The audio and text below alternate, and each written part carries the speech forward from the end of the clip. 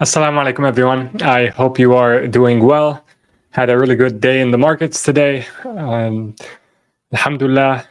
Tomorrow we have a big day for Tesla, one of our core positions in PIF portfolios. And the big day is because shareholders will be voting, are voting right now, and the vote will end. They'll be voting on Elon Musk's pay package, which I think will be approved. I think it's pretty obvious that it will be approved because the people who own shares of Tesla are typically fans of Elon Musk. Not only that, I think the shareholders of Tesla recognize the value that Elon Musk brings for Tesla and the fact that if his pay package is not approved and there is questions about his continuing with Tesla, that's going to affect the price of Tesla shares. And so the value of their investments will go down. The value of their investment in Tesla will go down. So I don't think shareholders are going to shoot themselves in the foot and downvote this pay package, which, by the way, what is, in my view, totally well deserved. The pay package was almost entirely performance based. He had to reach targets that were, at the time when the pay package was approved, seemed to be unreachable. He accepted these very challenging terms, and I think it makes sense for shareholders, after all this value was created for them, for shareholders to honor his pay package.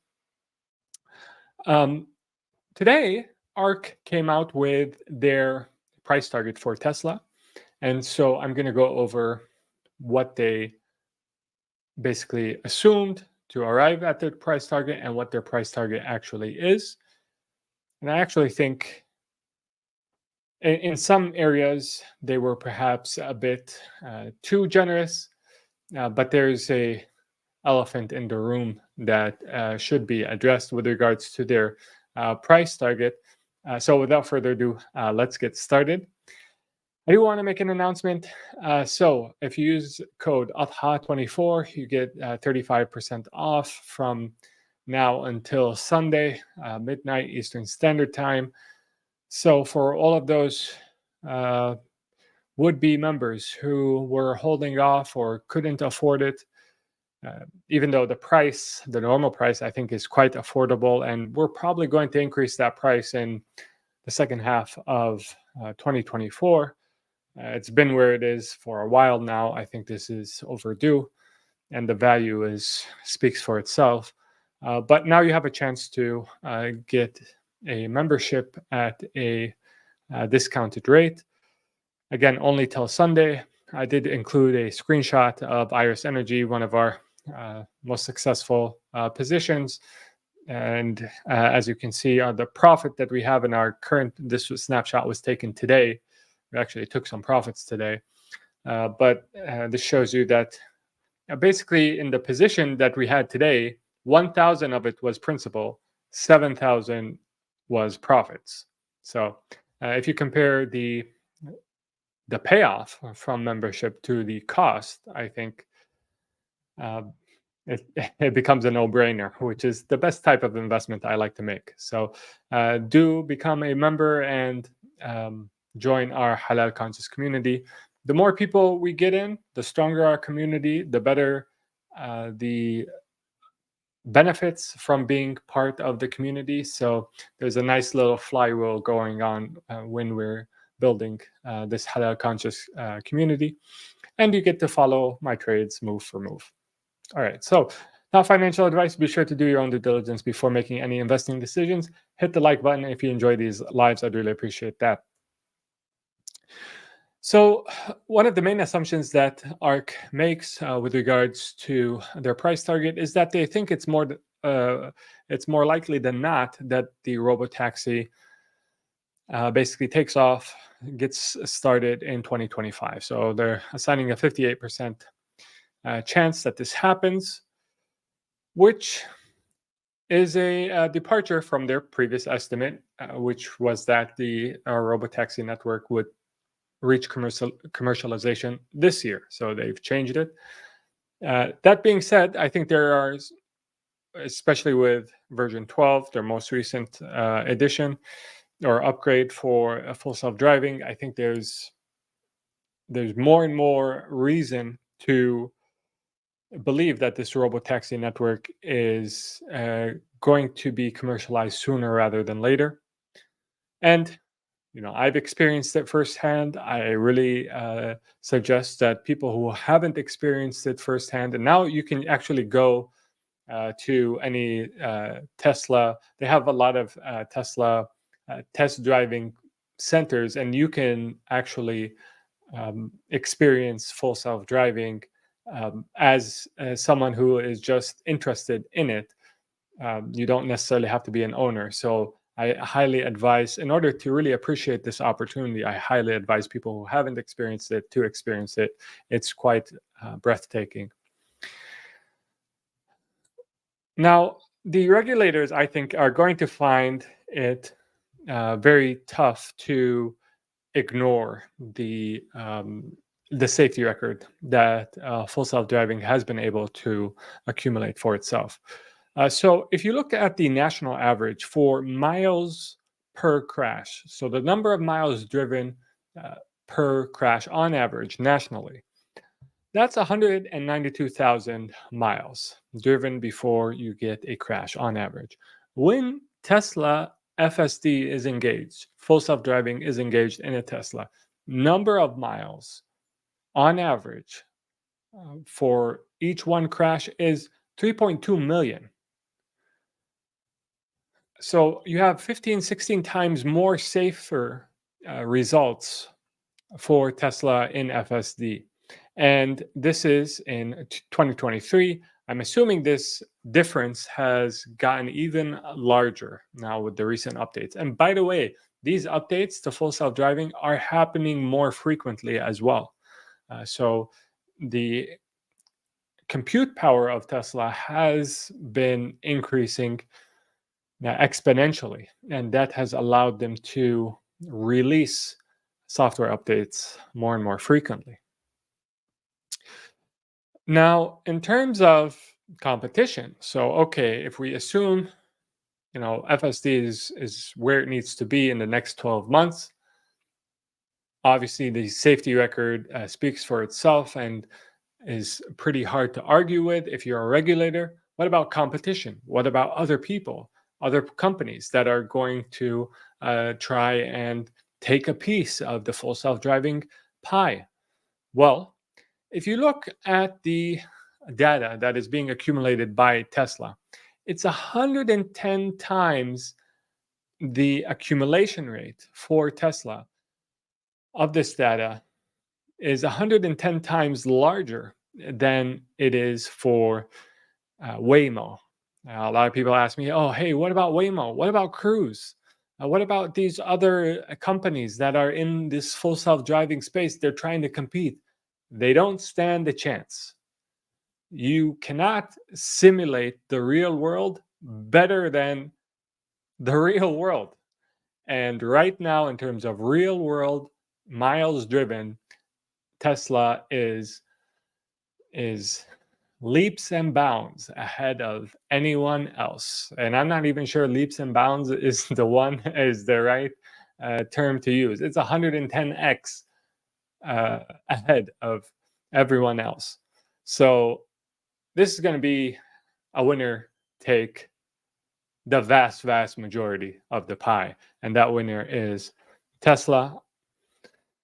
Now, what about their calculations for other major assumptions for this company? So currently, or in 2023, I should say, the cars sold in millions was 1.8.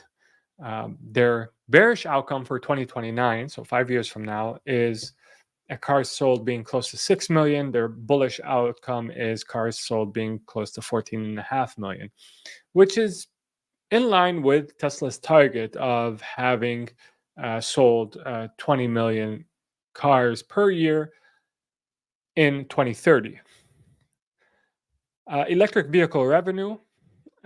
For this, they assume that the average price of Tesla electric vehicle was going to trend downwards, and this is in line with Tesla's plans as well.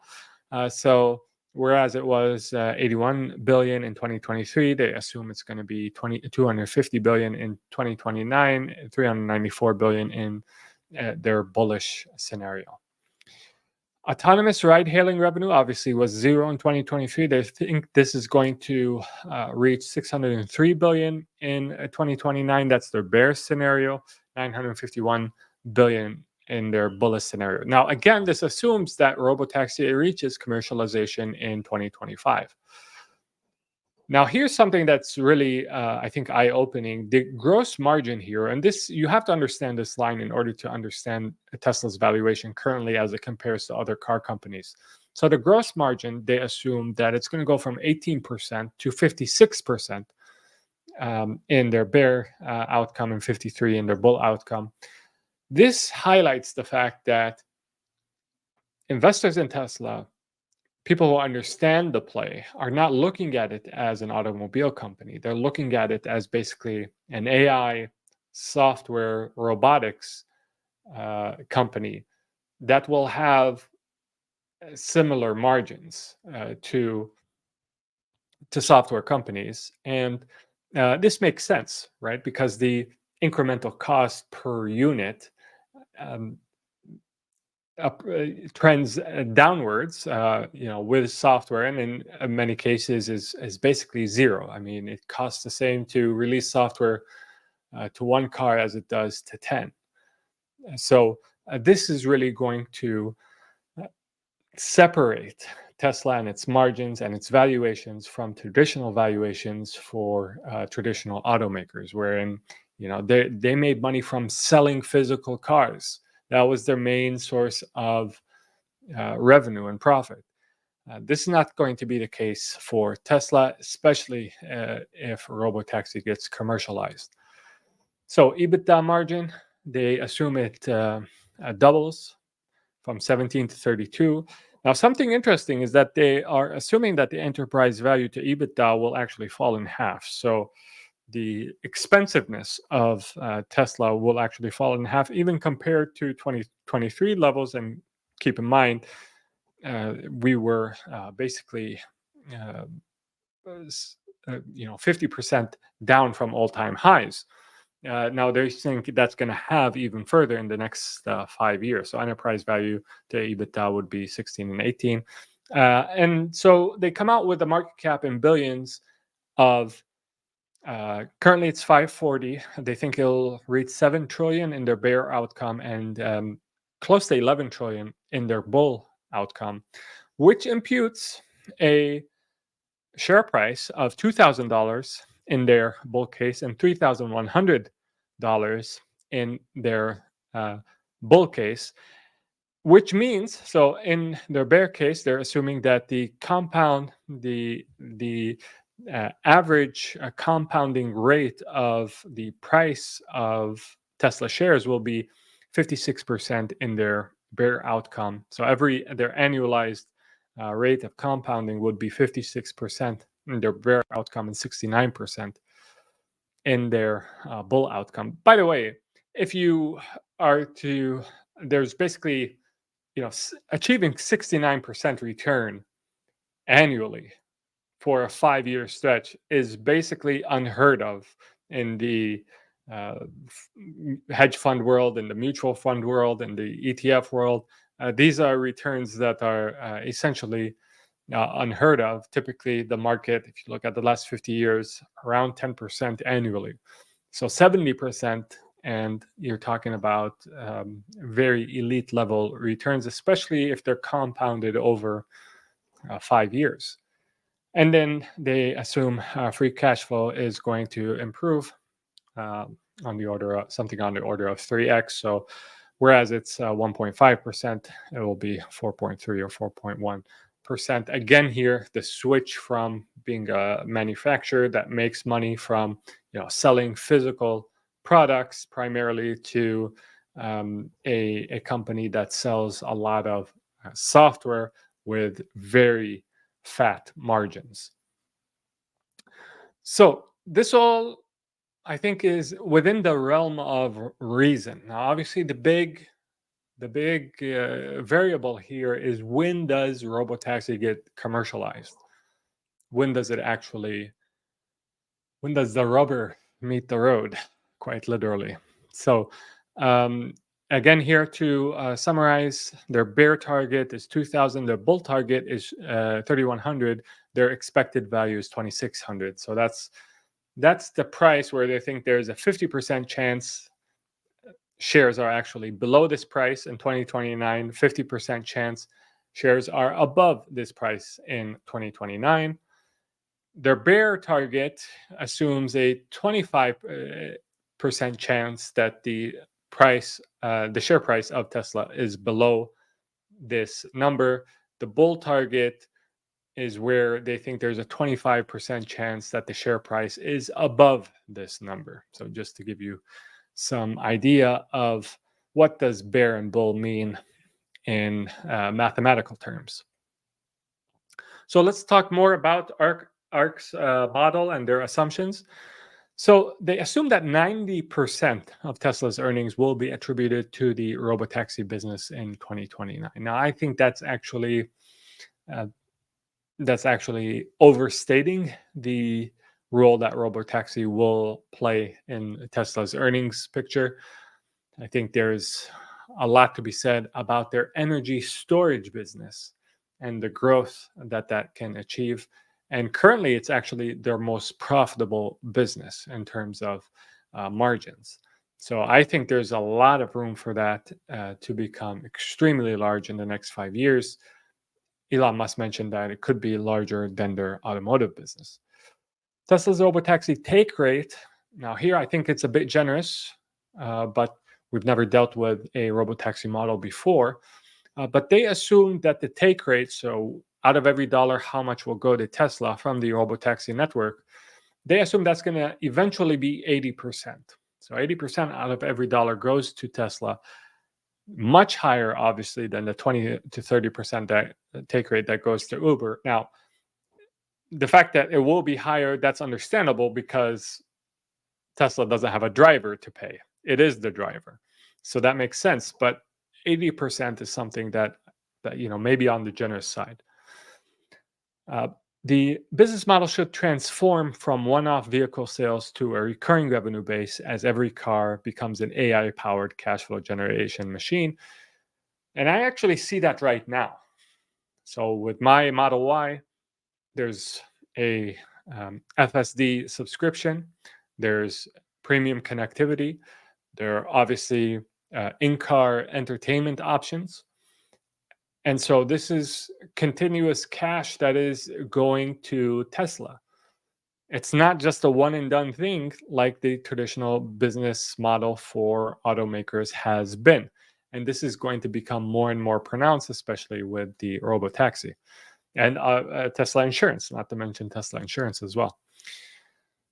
Vehicle production increases 45% per year through year end 2029. That may be a bit tough to achieve. As the base grows, 45% growth every year, despite Tesla having been able to achieve that in previous years. For the next 5 years, 45% average annual growth will be extremely difficult, although not impossible. Tesla certainly has the cash flow and the cash pile to make it happen, and the margins to make it happen. But it's going to require a very concerted effort and pristine execution. Now, here's where the model and interpreting the model becomes really interesting. And that is, all of these numbers are without what I think is going to be the biggest contributor to Tesla's bottom line, which is the humanoid robots that they are working on. I believe this will be their biggest product, their biggest contributor to their bottom line, and basically demand for it is going to be unlimited. Now, the reason why they didn't include it in their model is because generalizable. So they do think that generalizable humanoid robots represent a 24 trillion global revenue opportunity at scale. However, meaningful commercialization is likely to happen beyond the 5 years captured in this model. I perhaps they don't reach full capacity in terms of their production. Now, perhaps they only get started with commercialization during these next 5 years. A this is a possible scenario.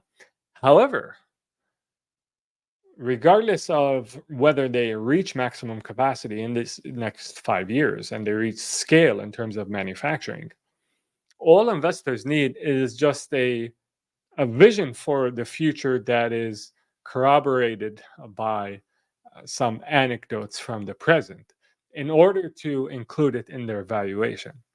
So even if Tesla starts to sell, a small quantity of these humanoid robots, if people get an idea of the margins that the company is capable of, if people get a idea of the size of the market, then they're going to start including it in their valuation of Tesla. So regardless of whether the full potential is realized in these next 5 years, it's going to enter people's valuation of this company, and it will reflect itself in the share price for Tesla in these 5 years, even if actual manufacturing of the humanoid robots doesn't reach scale during this time. Investors are forward looking, and all we need is basically to prove out the model, prove out the idea, what we're trying to do, and that will reflect itself in the value. So I think that in this way, by excluding Optimus, there's a big margin of error that is built in to Ark's price targets, which is good, which allows for errors in other place to be compensated for. There's also other business opportunities that they did not include in their model. So Tesla semi trucks, the supercharging network, and the revenue that they get from there. FSD licensing, like I said, no one else is going to be a major player in FSD, not in the next few years. And therefore, they can license their technology to other car companies if they don't want to kill them off altogether. And AI as a service. And also, something that came to light in the last 48 hours, perhaps the possibility of a Tesla phone. So Morgan Stanley's Adam Jonas has released a new Tesla note, and he thinks Tesla may make a phone. We talked about this in our Discord, the PIF Discord today. And I think that it's likely that Tesla makes its own phone. It's just a matter of when, like how soon it does. Right now, obviously, they have so many different projects. Their bandwidth is rather stretched. But a phone makes a lot of sense. Now, the reason why this came up recently is because Apple agreed with OpenAI to integrate OpenAI into their devices. It will be an option that people can use. Elon Musk does not trust the competence of Apple or the integrity of Microsoft to believe that the data from Apple's devices is not going to be funneled into Microsoft and used to supercharge the development of its AI, which could be used for nefarious purposes. This is why he started XAI in the first place. So he may come to the conclusion that the only way to actually compete in AI and provide an alternative would be to come out with his own phone or Tesla phone. This also has a lot of synergies. A Tesla phone would have a lot of synergies with other Musk companies. So, for example, Starlink so they could have connectivity with Starlink. How cool of a feature would that be? So you could get Wi-Fi basically anywhere, regardless of how remote you are. And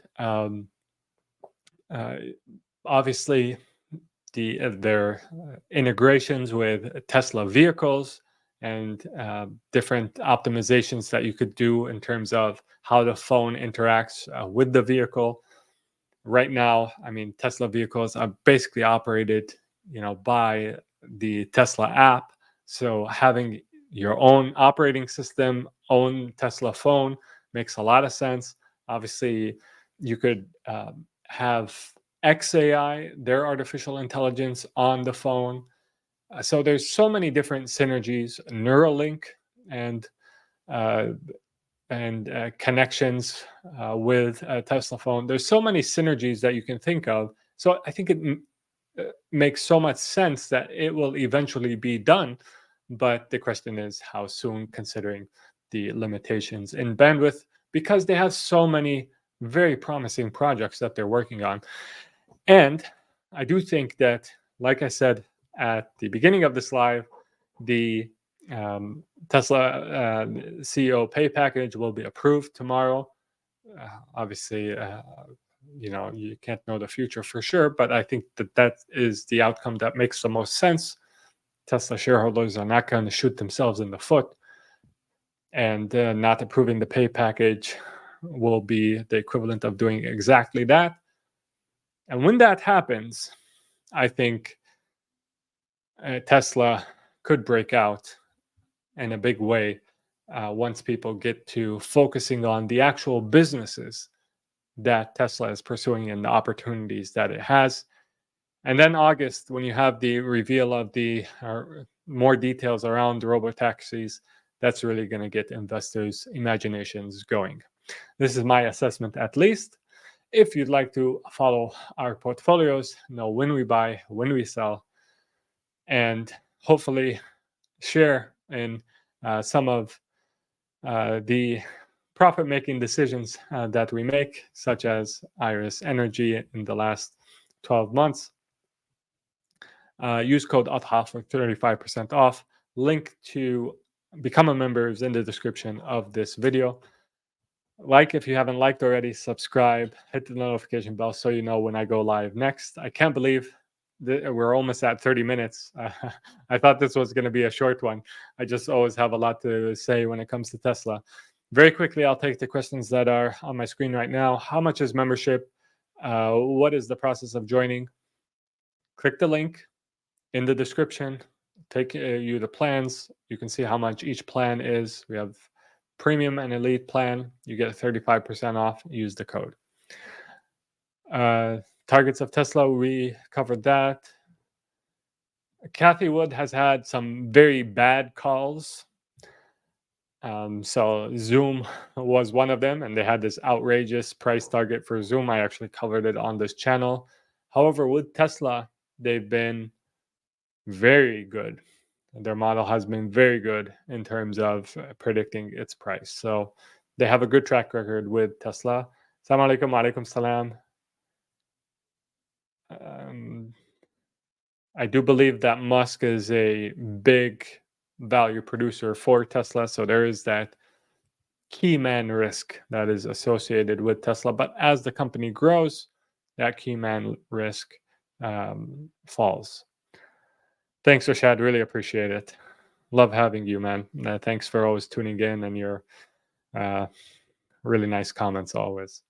Whether I saw your membership offer, I want to sign up, but I want to know if you give recommendations only or also manage the portfolio. We do not manage other people's money. We simply share the trades that we make, and then you can make your own decision. We obviously share detailed reasoning. We do deep dives into different assets. We have a watch list with different stocks and cryptos and our target prices for each one. So at what price we would, below which we would buy, at what price above which we would sell. We have obviously the Discord community where members interact with one another, help one another. I give my 2 cents on there for various happenings. And we communicate our trades there and via email as well. And am I missing anything? So the watch list, the halal portfolios, by the way, we may be adding another portfolio. Currently, we have the dividend, growth, and crypto portfolios. We may be adding another portfolio. By the way, membership gets you access to all 3 portfolios. You can see a history of our messages, a history of our trades. Add yourself to our Discord group, which is private, only for PIF members. So yeah, I think we making smarter halal investing decisions easier with less effort. We save you time and inshallah save you money and earn you money as well. Inshallah, that's the intent. Obviously, we can't control the markets, but that's what we've been able to do. Wayakum Isfan, nice to see you. It's been a while. Inshallah, we'll talk soon. Yalla. Take care of yourself. Leave a like if you haven't. Until next time. Assalamu alaikum and peace be upon you all.